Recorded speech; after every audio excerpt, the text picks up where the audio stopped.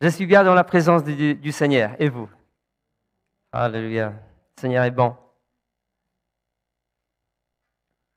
Je voudrais bien commencer par un texte dans la Bible, presque au début de la Bible, Genèse, chapitre 4, 3 versets 5, 6, 7.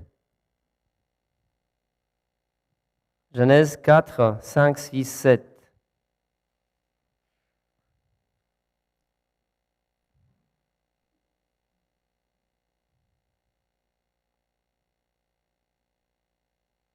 L'Éternel porta un regard favorable sur Abel et sur son offrande, mais il ne porta pas un regard favorable sur Caïn et sur son offrande. Caïn fut très irrité et son visage fut abattu. Et l'Éternel dit à Caïn, « Pourquoi es-tu irrité? Et pourquoi ton visage est-il abattu? Certainement, si tu agis bien, tu relèveras ton visage. Et si tu agis mal, les péchés se couchent à la porte. Et ses désirs se portent vers toi, mais toi domines sur lui. » Ce que je voulais simplement tourner votre attention sur les paroles. Les péchés se couchent à la porte. Mais à quelle porte? La porte du cœur. Dans Apocalypse, on trouve aussi, on trouve les paroles qui nous disent des portes, mais c'est pas pareil. Je voudrais bien qu'on lit Apocalypse 3, 20. Un verset, Apocalypse 3, 20. Voici, je me tiens à la porte et je frappe. Si quelqu'un entend ma voix et ouvre la porte, j'entrerai chez lui. Je souperai avec lui et lui avec moi. Il s'agit dans les deux cas, de porte du cœur à l'homme. Donc, porte de ton cœur, de la porte de mon cœur. D'un côté, la Bible nous dit, attention, Caïn, attention, il y a le péché qui attend devant la porte. Et de l'autre côté, il y a Jésus qui frappe à la porte, il dit, ouvre, je vais être avec toi. Je veux que tu passes un bon temps avec moi. Je veux que tu passes toute ta vie avec moi. Et dans la vie de chaque homme, chaque femme, dans la vie de chacun, depuis que l'homme est né, il y a toujours un combat. Il y a toujours un combat dans le cœur. Ça commence à l'extérieur du cœur et après, ça entre dans le cœur. Soit on laisse entrer Jésus, soit on laisse entrer les péchés.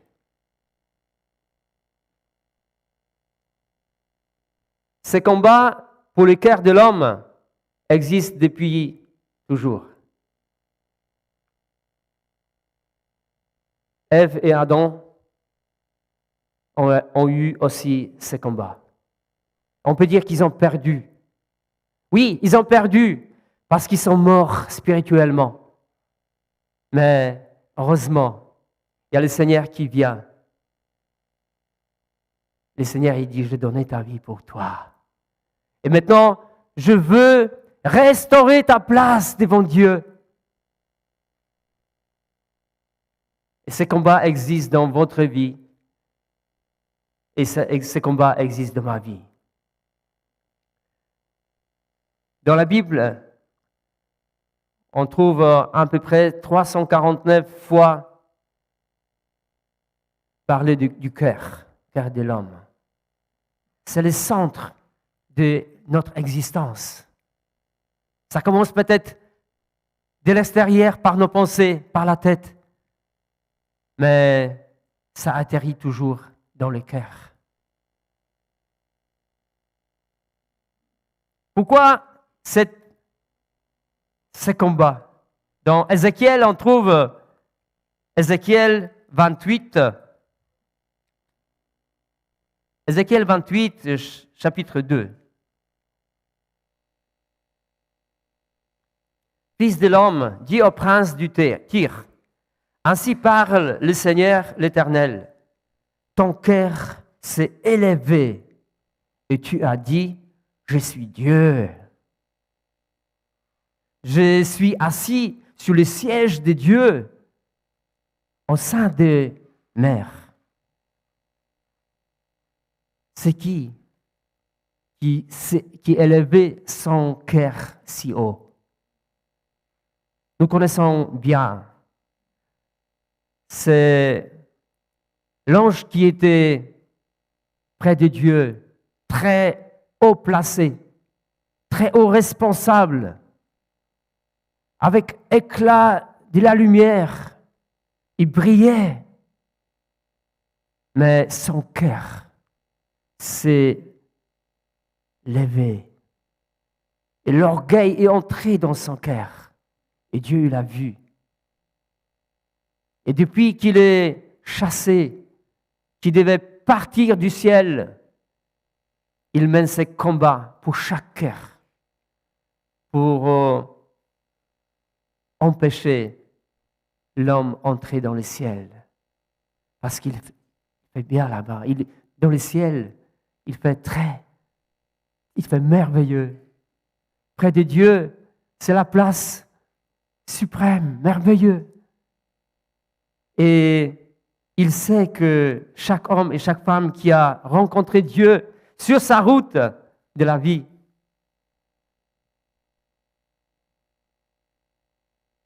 va directement après la mort dans le ciel. Il empêche.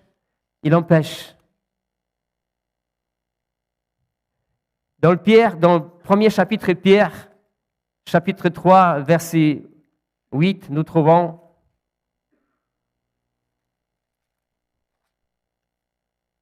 Pierre 3, 4.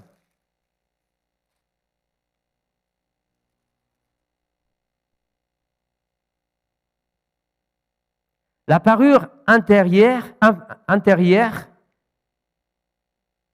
est cachée dans le cœur.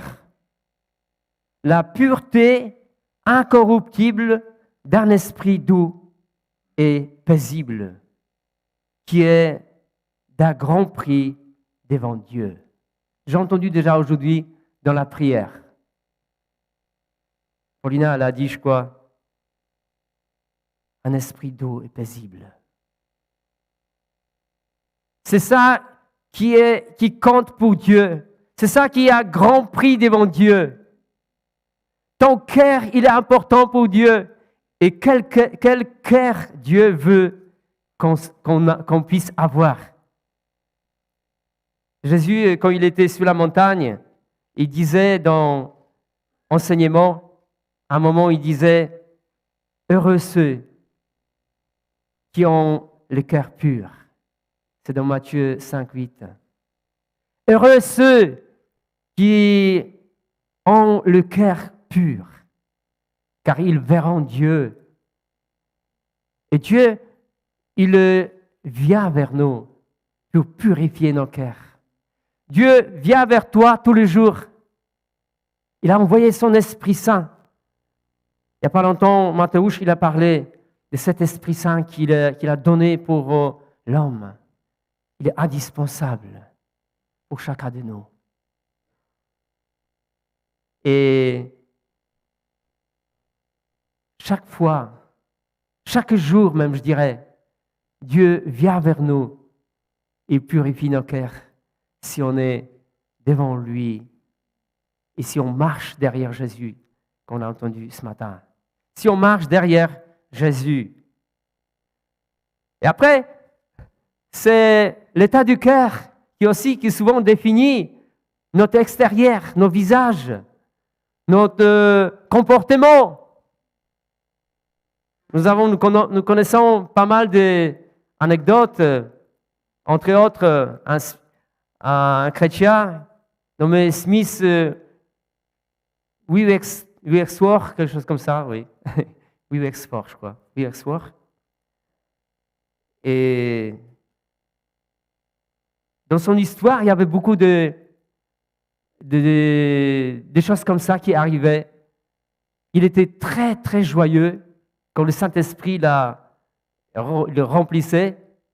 Et parfois, quand il partait travailler, avant vraiment il s'est donné entièrement à Jésus, il a travaillé un plein de temps pour Dieu.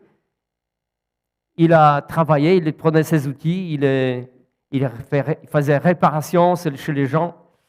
Il vient dans une maison, il y a une femme qui a appelé pour réparation de tuyaux, je ne sais pas c'est quoi.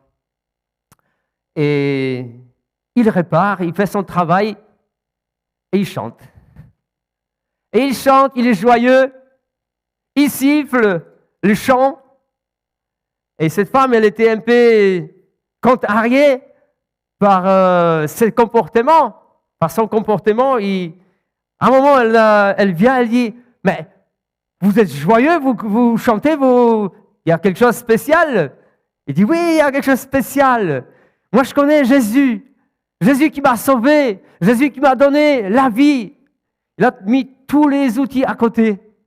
Il a lavé les mains. Il a commencé à transmettre ces bonnes nouvelles à cette dame. Il était joyeux.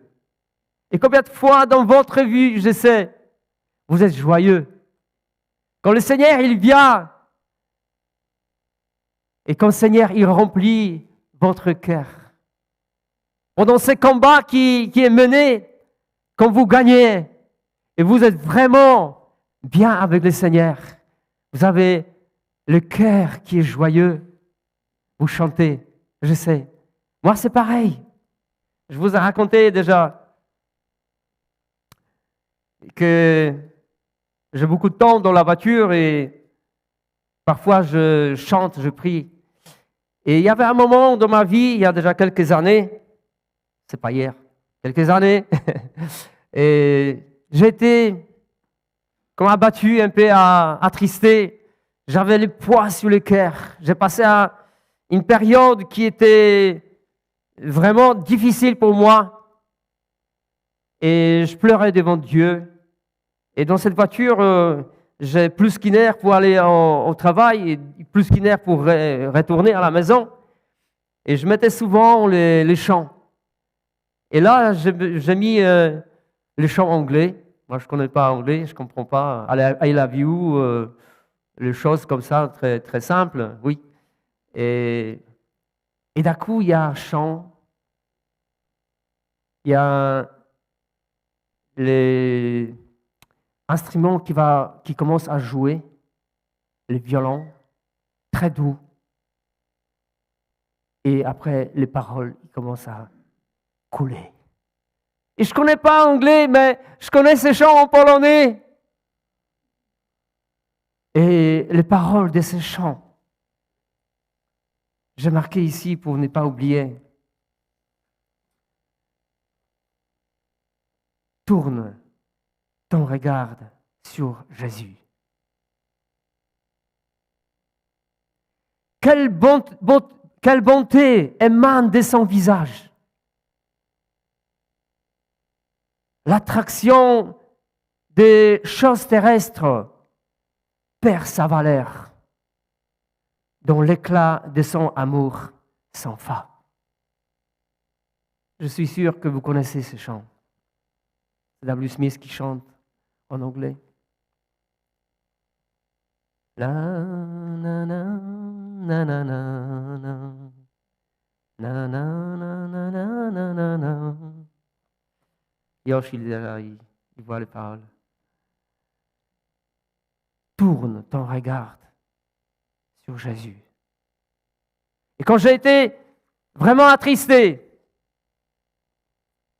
et j'ai entendu ces chants, ces paroles venaient vers moi, des grandes paroles qui venaient vers moi, et le visage de Jésus qui venait vers moi. Et il y a bien longtemps que j'ai chanté ces chants, mais toutes ces paroles, ils étaient très, très clairs devant moi. Tout on regarde sur Jésus. Quelle bonté émane de son visage. L'attraction de chaque chose terrestre perdra sa valeur, dont l'éclat de son amour sans fin infini. C'est vrai ou non? Et ces jours-là, c'est vraiment la rivière d'amour qui m'a envahi. Larmes qui ont commencé à couler. Et vous savez, à ce moment-là, tout part. L'amour de Dieu remplit le cœur. Je sais que vous avez passé pas une seule fois cet état. Quand Dieu vous remplit de son amour, quand Dieu vous parle et quand Dieu vous pardonne, on veut que cet instant dure longtemps. N'est-ce pas? Parfois, je me demandais, quand je roulais aussi en voiture, pourquoi tout à coup la police à gauche m'a dépassé et il faisait encore noir. Il mettait la lumière, grande lumière vers ma voiture et d'un coup j'ai regardé, c'est quoi? C'était la police. Ils m'ont demandé de sortir de l'autoroute et une fois ils m'ont demandé de souffler. Et hier soir, ce matin, quand j'ai préparé ce message, je me suis dit, mais c'est vrai, quand j'étais dans la voiture, parfois j'ai gesticulé, parfois j'ai chanté. Ils pensaient peut-être que je suis saoul. Je ne sais pas, je pensais ce matin, peut-être, ils croyaient ça. Et non, quand on est dans la joie, quand Dieu remplit nos cœurs, nous faisons les gestes, nous levons les mains vers le haut. Et quand j'étais tout seul sur l'autoroute, parfois je me permettais lever les mains, pas trop longtemps, et je prenais les volants, et je chantais encore. Et je louais Dieu. Et je n'ai jamais eu d'accident sur cette autoroute. Gloire à Dieu. Et encore une chose, pas une seule fois que l'ange de Dieu il m'a réveillé. Parfois, il faisait noir, j'étais fatigué. Et juste à l'heure, il m'a réveillé chaque fois, l'ange de Dieu. J'étais déjà sur l'autre côté. La voiture s'approchait vers moi. Tranquillement, j'ai tourné les volants. Parce que l'ange était là, il m'a secoué. Réveille-toi. Je veux que tu loues encore le Seigneur. Alléluia. Je voulais vous encore parler de nos enfants. Hier, Mathéis, il est parti de notre maison. Il a pris un appartement. Il est parti. Il a pris sa indépendance. Et j'étais avec mon épouse un peu. C'était un peu drôle. C'était un peu drôle pour nous. Et juste qu'il part de notre maison, il dit merci papa pour tout ce que tu as fait, parce que j'ai donné un coup de main pour transférer les affaires. Merci papa, moi je dis c'est normal. Tu es mon enfant, tu es mon fils. Quand tu vas avoir tes enfants, tu vas faire la même chose pour ton fils. Il m'a regardé. Il dit c'est encore loi. Je sais, c'est encore loi. Mais on veille sur nos enfants quand ils sont tout petits et on les aime quand ils sont grands. Seulement quand je pense, il y a beaucoup de parents qui sont trop peut-être dans l'esprit de ce monde. Ils laissent parfois le choix à ses enfants, même quand ils sont petits. Et quand ils vont à l'église, même dimanche matin, et quand les enfants ils disent on reste à la maison, ils disent bon, c'est ton choix. Et ils laissent à la maison. Ils laissent les choix à leurs enfants qui simplement ils veulent pas s'habiller, ils veulent pas aller à l'église. Moi je dis c'est pas normal. On doit combattre nous pour nos enfants. Parce que le diable, il est là aussi. Et pour les enfants, il met les pièges pareils. D'ailleurs, quand on voit les enfants qui partent de la maison vers l'école, ils prennent tout de suite, ça peut-être automatique, ils prennent le téléphone et ils sont déjà dans l'autre monde.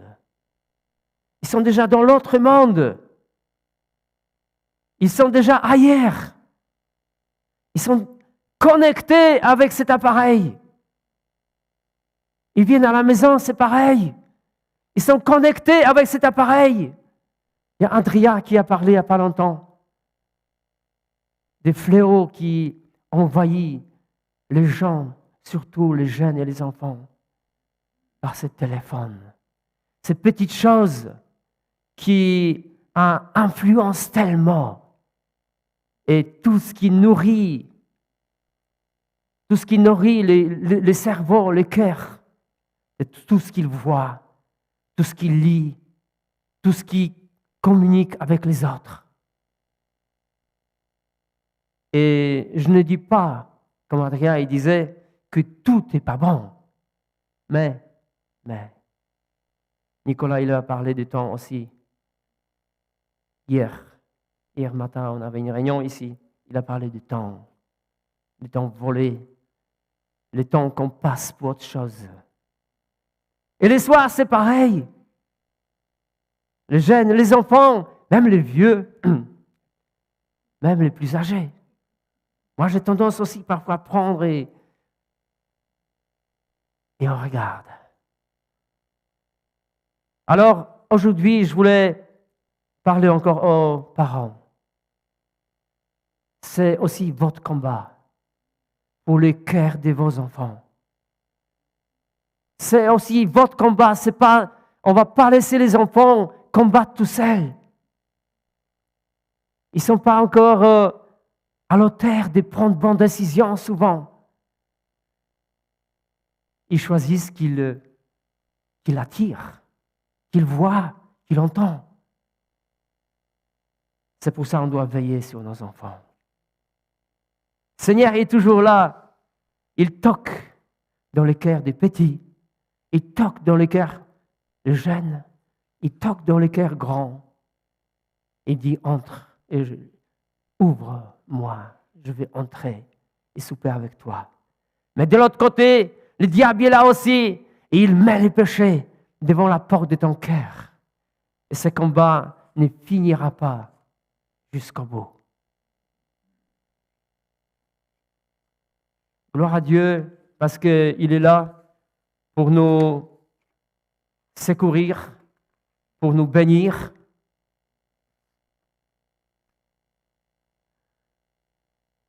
Je voulais parler encore une dernière chose.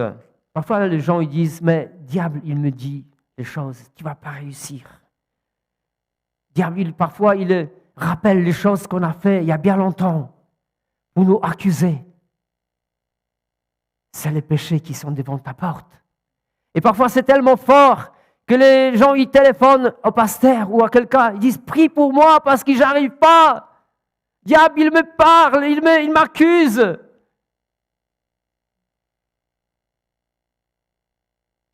Seulement, on doit savoir que le diable, c'est un menteur.